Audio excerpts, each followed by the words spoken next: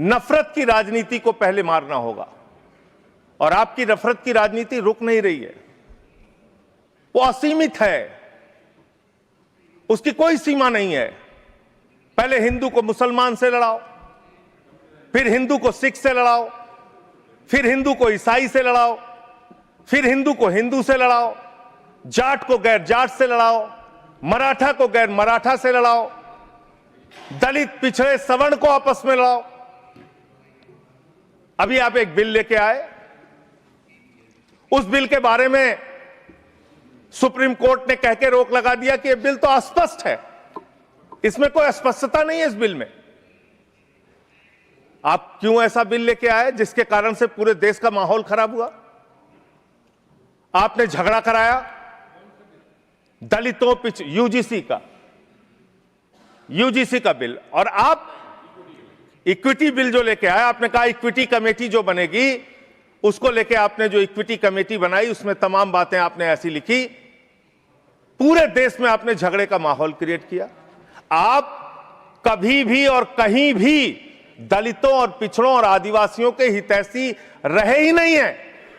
आपका संगठन, आपकी विचारधारा, आपकी मातृ संस्था आरएसएस, वहां तो 100 साल तक आज तक एक भी दलित, पिछड़ा और आदिवासी आरएसएस का प्रमुख नहीं बना। यह सच्चाई है आपकी।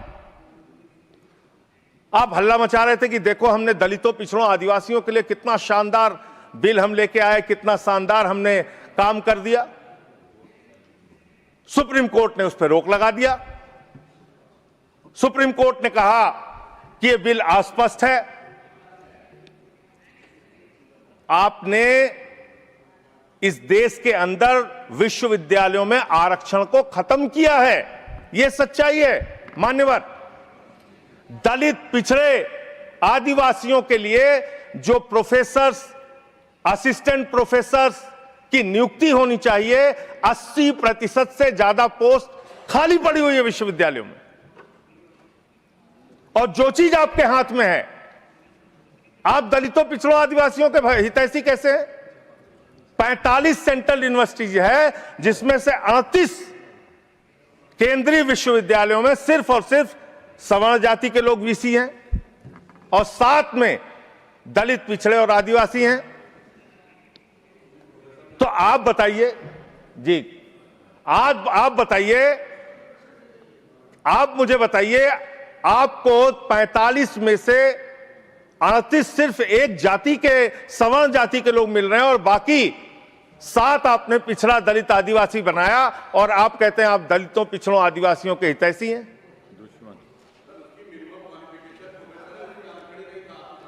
किसमें? मैं वीसी की बात कर रहा हूं, वीसी की बात कर रहा हूं, वीसी की बात कर रहा हूं। वीसी की नियुक्ति आप करते हैं, वीसी की नियुक्ति आप करते हैं। इसका मतलब दलित, पिछड़ा और आदिवासी बीसी बनने योग्य नहीं है, यह आपकी मानसिकता है। इसका मतलब आपकी मानसिकता है पिछड़ा, दलित और आदिवासी प्रोफेसर बनने योग्य नहीं है। 12 साल क्या किया आप नॉट फाउंड सुइटेबल की कैटेगरी में डाल देते हैं उन लोगों को। आप क्या न्याय कर रहे हैं उनके साथ? ऑल्टरनेट विजन आप देंगे नहीं, सिर्फ आरोप लगाएंगे और लोगों को भ्रमित करने का काम करेंगे। आज तक इन लोगों ने लोगों को सिर्फ विपक्ष ने डराकर अपनी तरफ करने का काम किया। एक के बाद एक ऐसे मुद्दे उठाते हैं और उसको लेकर भ्रम फैलाने का काम करते हैं। कभी सीए का मुद्दा उठाते हैं, हम लोग सदन में कह के थक गए भैया कि सीए का कानून एक ऐसे नागरिकता देने वाला कानून है जहां पे वहां दूसरे अल्पसंख्यक लोगों को नागरिकता देने का कानून है, जहां पे बहुसंख्यक ही मुसलमान है। अब मुसलमानों के बीच में जाके भ्रम फैलाना, नागरिकता छीन ली जाएगी, नागरिकता छीन ली जाएगी। किसकी नागरिकता छीन ली गई? पूरी लोकसभा का चुनाव ये लड़ते रहे कि अगर वापस से मोदी जी तीसरी बार आ गए तो संविधान की हत्या हो जाएगी, लोकतंत्र समाप्त हो जाएगा, आरक्षण समाप्त कर दिया जाएगा। किसका आरक्षण छीन लिया गया? कहां का लोकतंत्र समाप्त हो गया? कौन से संविधान की हत्या कर दी गई? एक के बाद झूठ बोलना और इस तरीके से लोगों को भ्रमित करना। और अब नया हथियार इनको मिला एसआईआर को लेकर। एसआईआर को लेकर सदन नहीं चलने देंगे, उसको लेकर हंगामा करेंगे। अरे प्रभु, एसआईआर पहली बार थोड़ी हुआ, आपके समय पे भी हुआ था। उस वक्त क्या हो गया एसआईआर को लेकर, और एसआईआर का जवाब तो बिहार की जनता ने दिया ना। एलओपी गए थे वहां पे 10-12 दिन वहां पे करके आए और ऐतिहासिक हार वहां पे दर्ज करा कर आए। अपनी तो अपने साथी दलों की भी ऐतिहासिक हार वहां पे दर्ज करा कर आए। हकीकत यह है कि एसआईआर नहीं, जो ये वोट चोरी बोलते हैं, वोट चोरी नहीं, इनका जनादेश चोरी होता जा रहा है और इस बात का एहसास ही इनको नहीं हो रहा। क्यों? क्योंकि ये अपनी अंतरात्मा में झांक के नहीं देखते। इनको आरोप लगाना है पर आत्ममंथन नहीं करना, इनको दूसरे से सवाल पूछने हैं बट खुद से कभी सवाल नहीं करने, और यही कारण है। और आज एक व्यक्ति का विरोध करते करते, मेरे प्रधानमंत्री का विरोध करते करते अब देश का विरोध करने लग गए। एआई समेट जहां पे अंतरराष्ट्रीय जगह से लोग आए हैं, इंटरनेशनल मीडिया वहां पे मौजूद है, और क्या कर रहे हैं आप? और एक ऐसा समिट जहां पे दूसरे देशों के राष्ट्रीय अध्यक्ष आकर हमारी प्रणाली की तारीफ कर रहे हैं, जिसका विरोध इन्होंने उस वक्त भी किया था। यूपीआई के वक्त इन्होंने कहा था कैसे होगा, एक औरत जो ठेले पे है वो कैसे उसकी पेमेंट करेगी, पॉश मशीन कहां से लगेगी, और आज उसी की तारीफ फ्रांस के राष्ट्रीय अध्यक्ष करके जा रहे हैं। और उस समिट में इन्होंने देश को अपमानित करने का काम किया। डेड इकोनॉमी बुलाते हैं हमारे देश को ये, जबकि दूसरे लोग और अर्थशास्त्री इस बात को मानते हैं कि India is one of the fastest growing economy. Global challenges होने के बावजूद हमारी अर्थव्यवस्था मजबूत होती जा रही है। क्या ये सामान्य बात है कि दहाई के आंकड़े से धीरे धीरे हम लोग करते करते चौथे नंबर पर आ गए? आने वाले दिनों में वो दिन भी दूर नहीं जब हमारा देश दुनिया की तीसरी सबसे बड़ी अर्थव्यवस्था होगा। और ऐसे में आप हमारे देश की इकोनॉमी को और हमारे देश की इकोनॉमी को हमारे ही लोग डेड इकोनॉमी बताने का काम कर रहे हैं। इसीलिए आज इस मंच के माध्यम से बस मैं ये आग्रह करूंगा, एक बार मदद कर दें, कहां पे दे तो दो।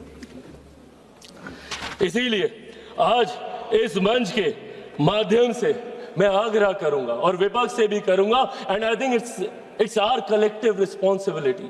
जहां चुनाव लड़ना था हम लोग लड़ आए, जितने आरोप प्रत्यारोप करने थे हम कर आए, और हमें कई मौके मिलेंगे। अभी फिर असम में मौका मिलेगा, बंगाल में मिलेगा, हर राज्य में मिलेगा। जब तक वन नेशन वन इलेक्शन नहीं आता, हमें हर दूसरे तीसरे महीने हमें मौका मिलता रहेगा आरोप प्रत्यारोप करने का। पर सदन को तो इससे बख्शे। Let it be a collective responsibility of all of us to come together। और यहाँ पे बात हो, और बात होनी जरूरी है। सहमति असहमति की बात नहीं है, बात होनी जरूरी है। आप अपना पक्ष रखें, हम अपना पक्ष रखेंगे, लोगों को उसके बाद फैसला करने दीजिए। आप राष्ट्रपति जी के अभिभाषण पे आपके पास पूरा समय था, आप राष्ट्रपति जी के सम्मान की बात करते हैं। क्या आप बताइए, उनके अभिभाषण पे आए धन्यवाद प्रस्ताव का इस तरीके से निरादर करना, क्या ये उनका अपमान नहीं था? जिस तरीके से विपक्षी दल बंगाल वो गई थी, जिस तरीके से वहां की सरकार, अरे राष्ट्रपति हैं वो, चुनावी राजनीति से, दलगत राजनीति से उठकर है वो, और जिस तरीके से उनका अपमान वहां पे किया जाता है, क्योंकि इनको तकलीफ इस बात की है कि देश के सबसे वंचित वर्ग से आने वाली एक महिला देश के सर्वोच्च पद पर जाके बैठी है, ये बात इन्हें चुभती है। और इसीलिए राष्ट्रपति जी के अभिभाषण पर ये अपनी बातों को नहीं रखने देना चाहते।